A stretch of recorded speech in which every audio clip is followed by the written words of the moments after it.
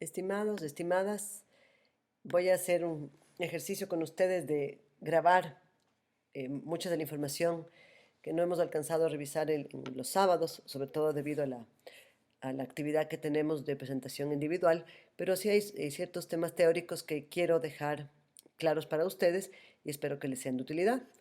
Quiero empezar contándoles, vamos a hablar hoy día de la estructura de un discurso, ¿sí? Les voy a hablar, vamos a conversar sobre estructura de discurso. Vamos a analizar cuál es la idea principal que debemos tener para introducción, para el cuerpo y para las conclusiones, y algunas recomendaciones que quiero que les vean así como recomendaciones. No son estas nada obligatorio y cada uno encuentra su propio estilo al momento de hacer una presentación, pero sí hay ciertas recomendaciones que pueden serles de utilidad. Creo que lo primero que tenemos que recordar es que los objetivos tienen que quedar sumamente claros, y tienes que tener claro para qué estás haciendo esta presentación, ¿no? La estás haciendo para informar, la estás haciendo para persuadir, la estás haciendo para entretener. ¿Y cuál es la idea central que quieres comunicar? ¿Qué es lo que estás buscando? ¿Cuál es ese mensaje que tendríamos que pasarlo a través del test del ascensor y que la gente tiene que quedarse con esa idea? En el mundo empresarial, salvo que ustedes piensen en algo diferente, yo creo que lo que más hacemos es informar y persuadir, pero es evidente que no solamente, puede ser que entretengamos en algún momento, pero yo creo que la mayoría de veces tenemos un doble objetivo, ¿no? Informar y persuadir. Estamos buscando vender un producto, buscamos vender un proyecto, buscamos que un jefe apruebe una idea, buscamos una nueva línea de negocio. Estamos buscando informar y persuadir, por lo tanto voy a tratar de enfocarme justamente en estas ideas al momento de elaborar una estructura. Si ustedes ven esta estructura de acá, se puede evidenciar que es caótica, ¿no es cierto? Hay una idea central por aquí, hay una idea central por aquí hay un dato estadístico, después cuento un chiste, una anécdota, por acá hay otro dato, una cita, o sea, todo esto es adecuado que esté dentro de una presentación, que tengas una idea, que cuentes un par de chistes, si es que es tu estilo, que cuentes anécdotas que son muy valiosas. Lo malo de esta estructura es que es caótica y que es difícil seguirte. Quizá uno de los peores peligros que podemos tener es que alguien diga qué divertida que estuvo la charla que dieron o qué interesante, pero nadie pueda definir cuál es la idea central, qué querían, ¿ya? Eso es lo peor que te puede pasar, sobre todo creo yo en el mundo empresarial, donde el objetivo no es que la gente se divierta, no es que la gente se ría con tus chistes, sino que la idea central quede clara. Entonces, tienes que tener primero la claridad de lo que quieres comunicar y luego buscar la mejor estructura para hacerlo, ¿sí? Y en esa estructura ir poniendo lo que estamos mencionando aquí, un dato estadístico, una anécdota, un chiste, etcétera. Pero con un orden, para que no sea un caos como el que muestro aquí.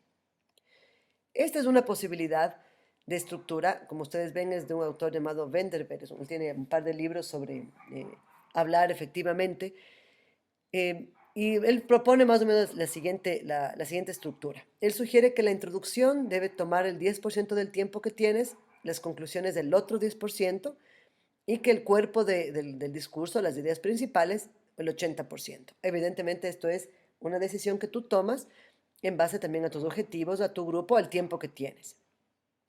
Él sugiere que en la introducción tienen que quedar claros los objetivos de lo que vas a hacer, ¿sí?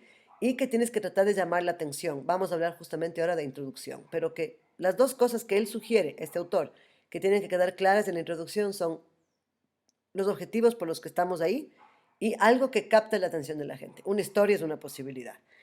Luego sugiere, como ustedes pueden ver aquí, una transición de sección, o sea, de la introducción paso al cuerpo y tengo que usar algún tipo de frase que le indique a la gente que estoy cambiando de tema. Recuerden que las personas tenemos pues lapsos de atención cortos, entonces se olvidan de lo que estabas diciendo, están pensando en otra cosa y necesitan que les llames otra vez, que les digas, terminé la introducción, voy a dar la idea principal, terminé la idea principal, voy a dar las conclusiones. Vamos a ver algunas formas de hacer transiciones. En el cuerpo, aquí está la parte importante, ¿no? Tu idea central, que debe estar o puede estar soportada con estadísticas, con gráficos, con historias, con anécdotas, eh, pero sobre todo aquí, en el cuerpo está tu idea central, aquí, donde tú llegas a lo que la gente debería recordar como el final de tu presentación. Y en las conclusiones, algunos autores, por ejemplo, este sugiere recapitular, repetir la idea central para que la gente se vaya con la idea central como el último mensaje. También puedes hacer una cita, un chiste, y también puedes invitar a acciones futuras. Voy a hablar de los tres elementos a lo largo de esta conversación para que ustedes vean diferentes opciones. Ahora, como bien ustedes saben, nuestro autor en que hemos seguido en este curso, Galbraith, nos dice que no todas las presentaciones deben tener una estructura tan tradicional, introducción, cuerpo y conclusiones. Pero creo que una persona que no tiene tanta experiencia como él, por ejemplo, yo hago mucho trabajo de presentación pública, en público, pero me siento más segura si es que tengo una introducción, un cuerpo y una conclusión a nivel de una estructura tradicional que me ayude a que mi público entienda lo que quiero decir. Veamos algo sobre las introducciones. ¿Qué función tiene la introducción? Primero tiene que atraer la atención de tu público, ¿sí? Una introducción lo que hace es marca al público y le dice, mira, acá, mira, contrae la atención acá, vale la pena que me escuches. Ese es el mensaje que te da la introducción, ¿no?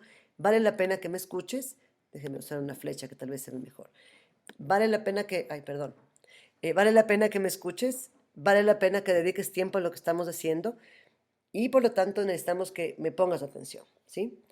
La otra función de la introducción es establecer la idea central. Es decir, en los próximos minutos voy a hablarles sobre, esa es una posibilidad muy tradicional quizá, pero es una posibilidad que tú puedas decir, miren, quiero convencerles de por qué el nuevo software de ventas nos va a ayudar a mejorar nuestra productividad o por qué el proyecto que estoy proponiendo merece la inversión de la organización. Una de las posibilidades de la introducción es esta, establecer la idea central y decir por qué estamos aquí, tus objetivos, ¿no? Generalmente se hace, aunque hay personas que prefieren no hacerlo. ¿Por qué? Porque prefieren dejar la idea central como un misterio. Es otra posibilidad de la introducción, ¿no? Hacer una introducción en la que no cuentes de lo que vas a hablar, sino que permitas que la gente se lo imagine. Eso es una buena idea porque atrae atención, pero puede tener sus costos al que la gente no tiene muy claro de qué estás hablando. Otra función de la introducción es que establece la credibilidad. Aparte de que ya te presentaron, muchas veces te presentan cuando hablas en público o la gente te conoce, tú puedes en ese momento recordarle a la gente quién eres tú y por qué sabes de ese tema, y hace que seas un comunicador más creíble. Además, fija el tono de la presentación.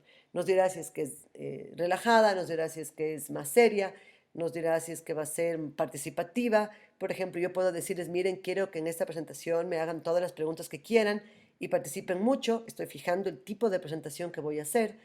O si les digo, miren, quiero que al final respondamos preguntas. O sea, estoy fijando las reglas del juego y hasta el tono, hasta el humor que va a haber. Si tú empiezas con un chiste, evidentemente estás empezando con un tono jocoso.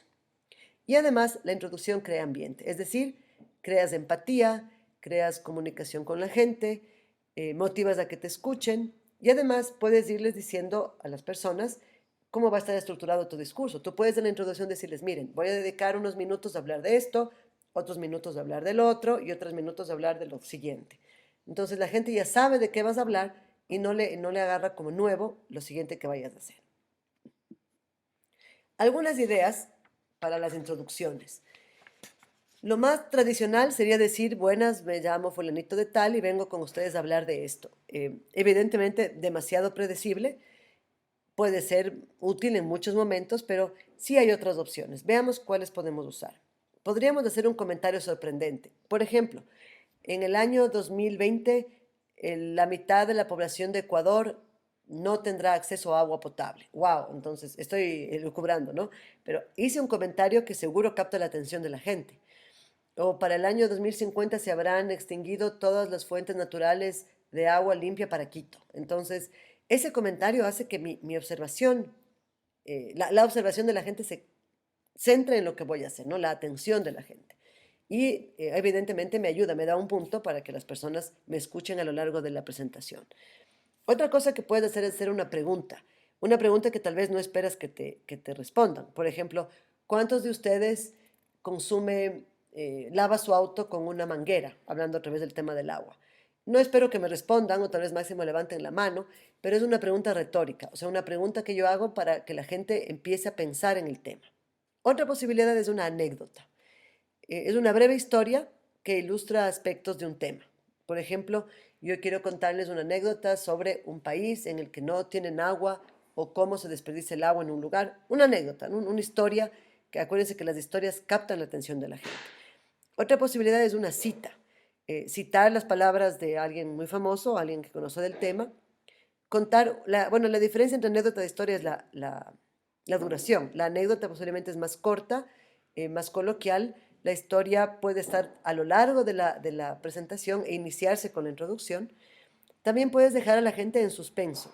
Puedes algo decir como, le cuesta al Ecuador 100 millones de dólares al año, mata a 500 personas al mes, ataca a personas de todas las edades. Les voy a hablar sobre el tabaco. Entonces, he creado suspenso, no he dicho de qué voy a hablar, sino he generado datos estadísticos al respecto y la gente dice de qué va a hablar, o sea, cuál es el asesino que está matando a tanta gente. También puedes hacer una referencia personal, algo que les llame la atención, ¿no? Por ejemplo, puedes decir, estás subiendo las gradas, corres con tu hijo haciendo una carrera y empieza a faltarte el aire. Sales del trabajo y empiezas a respirar con dificultad cuando tienes que visitar a tus vecinos que viven en un tercer piso. Es hora de dejar de fumar, por ejemplo, ¿ya? Entonces, esos son ejemplos de introducciones que no son la típica. Hoy voy a hablarles de los peligros de fumar porque quizá ya se vuelva demasiado predecible y demasiado aburrido. Tú podrías buscar otras formas de hacer introducciones. Ahora vamos con el cuerpo. Dentro de, como se acuerdan, había una introducción, un cuerpo y finalmente unas conclusiones. Fíjense que la estructura de un discurso puede tener muchísimas opciones. Puede ser cronológica, de causa-efecto, espacial, temática, comparativa y problema-solución. Hay más. Yo estoy utilizando a uno de los autores, a Dobkin, con el que me he basado para este trabajo. Pero evidentemente hay más. Voy a hablar de algunas de ellas para que ustedes escojan cuál es la estructura que mejor les conviene a sus objetivos. Obviamente lo que yo decido es la estructura que mejor sirve a lo que quiero lograr. Pensemos en estructuras posibles. La primera es de etapas o secuencias. Muy útil para temas históricos. Empiezo a explicarles cosas paso a paso. Es decir, en el año tal sucedió esto, en el año tal tomamos el mercado hasta tal porcentaje. O sea, ir contando, una posible estructura es ir contando etapas. Puede ser útil para ciertos temas que tengan una secuencia de procesos lógica. Otra posibilidad es dividir los discursos en causa-efecto. Por ejemplo, cambio climático, la pobreza, una enfermedad. Tú puedes hablar, por ejemplo, de la EPOC, de la enfermedad respiratoria obstructiva, en temas de causa y efecto. El número de tabacos que una persona fuma, cómo va generando este tipo de problemas respiratorios. Para ese tipo de casos, para ese tipo de temas, causa-efecto es un excelente método. Otra posibilidad es hacerlo de manera geográfica, o sea, de manera espacial, ¿ya? Por ejemplo, puedes explicar un mapa, si estás explicando una distribución geográfica de una zona de ventas, puedes explicar cómo funciona un cerebro, poniendo un dibujo del cerebro y mostrando los diferentes lóbulos, y tienes que empezar por la izquierda, luego a la derecha, o sea, es otra posibilidad, ¿no? Utilizar una estructura que lo que hace es manejarse de manera espacial, ¿no? Utilizando la estructura espacial. También tienes la posibilidad de hacer la más clásica, que es tema por tema. Hacer clasificaciones, categorías, tipos de clientes, tipos de problemas derivados del consumo de alcohol o lo que fuera, ¿no? Entonces vas haciendo clasificaciones y categorías. Por ejemplo, digamos que yo quiero contarles a ustedes cuáles son las causas más comunes de deserción estudiantil. Puedo ir clasificando las causas en causas estructurales, causas individuales, causas académicas, y luego de esa clasificación puedo ir poniendo varios subtemas, ¿ya? Otra posibilidad es mostrar antes y después, mostrar diferencias y semejanzas, mostrar dos caminos. Esa es otra estructura en la que tú lo que vas a hacer es una estructura comparativa en la que tú vas a optar por mostrar las diferencias, ¿ya?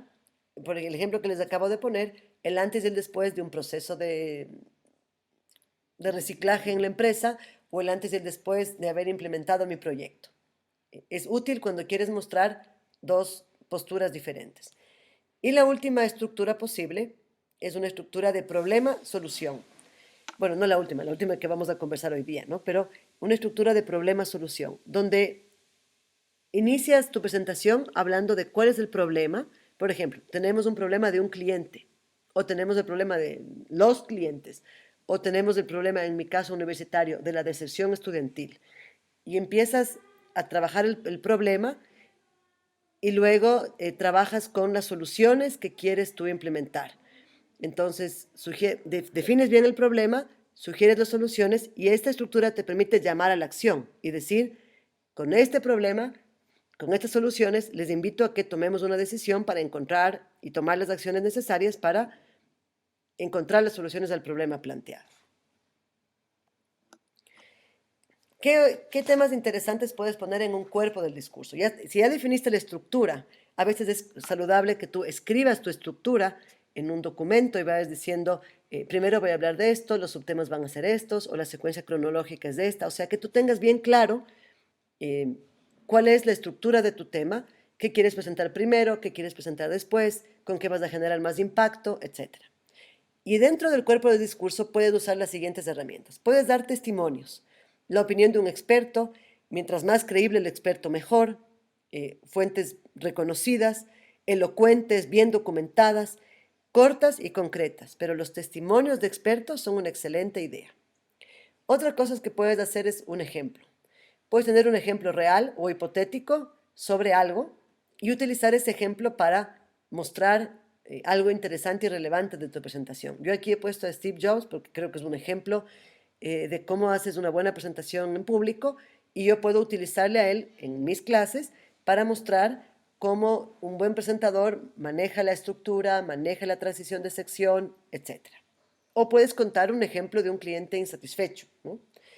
Puedes hacer una analogía. La analogía lo que hace es comparar y contrastar dos cosas. Por ejemplo, una metáfora o una analogía lo que ayuda es a que las personas conecten algo familiar con algo desconocido. Por ejemplo, si dices, quiero recordarles que el Ecuador tiene la mitad de la extensión de Colombia, cosa que es mentira, pero supongamos que esta fuera la analogía que quiero utilizar, necesito que las personas conozcan los tamaños similares de los tamaños de los dos países para que puedan comparar y decir, ah, qué pequeño que es el Ecuador o qué grande que es Colombia, ¿no? A veces las analogías tienen más valor cuando son más fuertes, más figurativas y generan más impacto, ¿no? Otra herramienta interesante son las estadísticas, lo hemos visto, pero evidentemente estadísticas con cuadros muy cortos, con pocos datos, sin cargar al público, pero la estadística es una buena idea.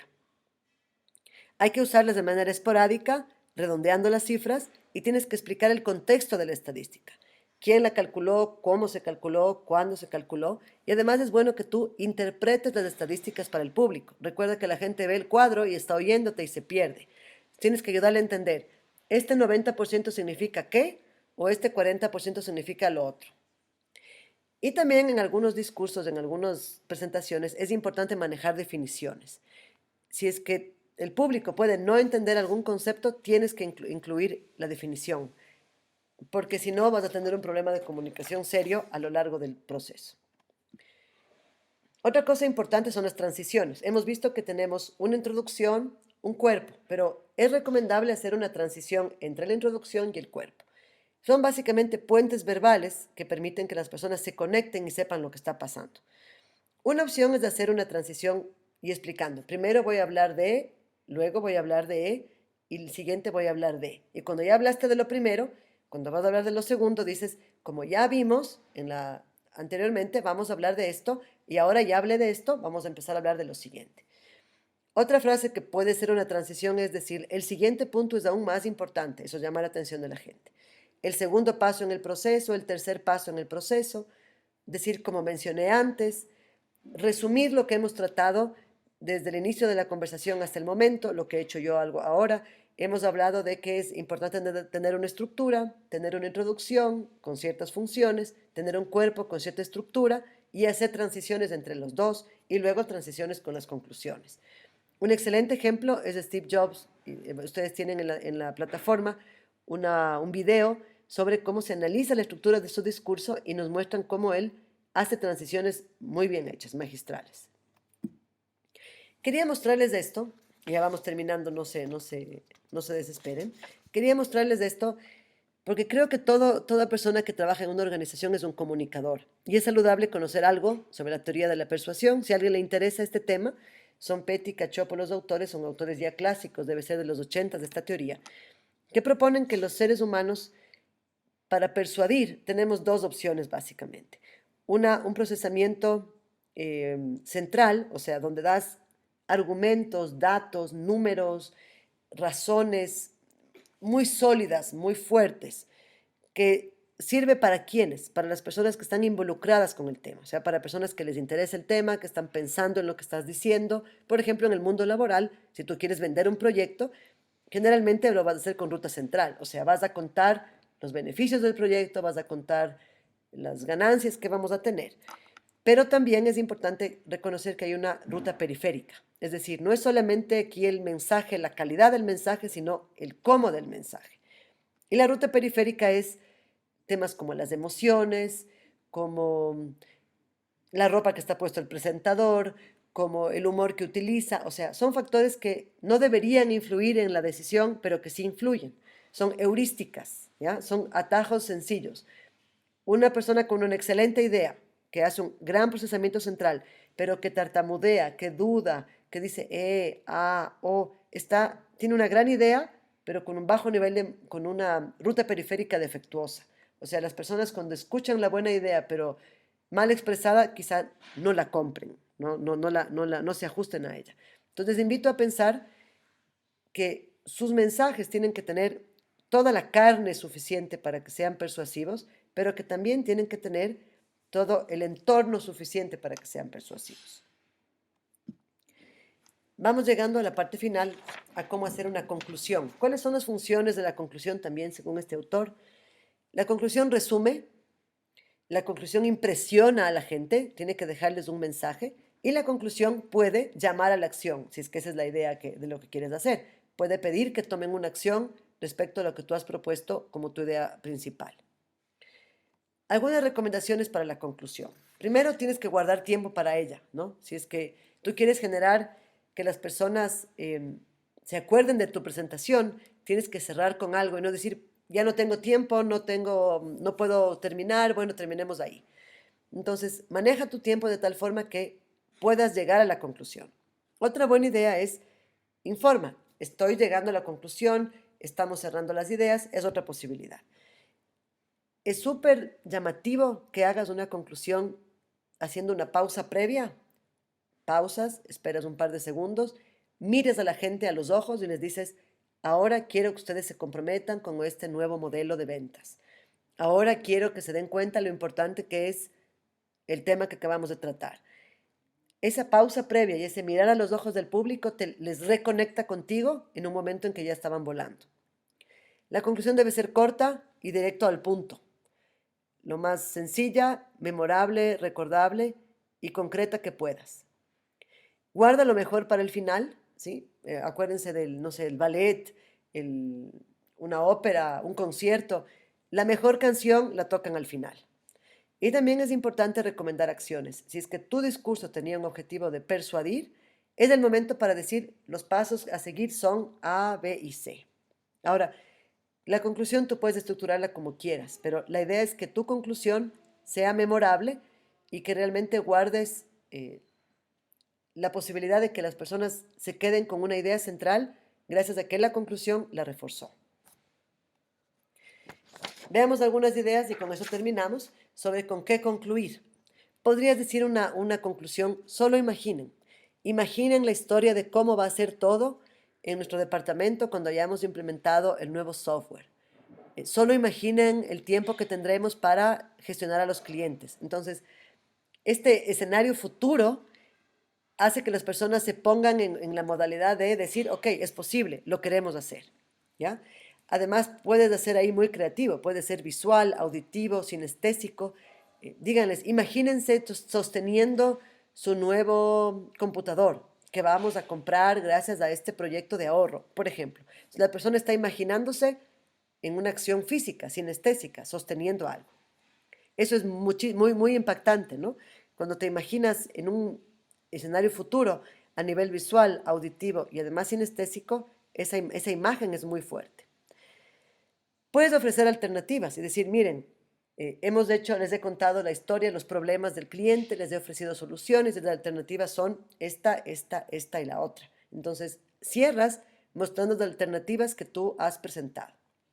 Otra posible conclusión es desafiar al grupo. Decirles, miren, estamos listos para hacerlo, nuestro cliente lo va a apreciar. Algo que, preguntas quizá, que desafíen al grupo a tomar la decisión que tú quieres que tomen o a pensar en el tema que tú quieres que piensen. Otra posible conclusión son las decisiones. Decirles, miren, hemos visto estas opciones, les pido que tomemos hoy una decisión porque los costos de no tomarla son más altos, o lo que fuera. Es el momento en que tú puedes lograr tu objetivo. Si tu objetivo era convencer al público, a los clientes, a la junta de directivos, a tus jefes o a tus supervisados sobre algo, es el momento en que tú puedes decirles, ahora tomemos la decisión. Y lo último que puedes hacer es dejar una hermosa imagen o una linda frase a recordar. Si has hablado sobre satisfacción en el trabajo y dejas una hermosa cita textual de Gandhi hablando de lo importante que es el trabajo, la gente se va a acordar, porque es una linda cita y es algo muy interesante para la gente. Entonces, básicamente, recuerden que la estructura del discurso tiene que tener una lógica, una coherencia y tiene que tener, creo yo, les recomendaría partes que sean imprevisibles. Porque si uno siempre empieza igual, hola, soy Cristina, voy a hablarles les cuento 3 o 4 temas y luego les digo, y los temas que vimos fueron estos, muchas gracias. He seguido la estructura, pero he sido muy aburrida. O sea, he procurado mostrarles opciones para que ustedes tengan diversas posibilidades de armar estructuras de discursos. Y con eso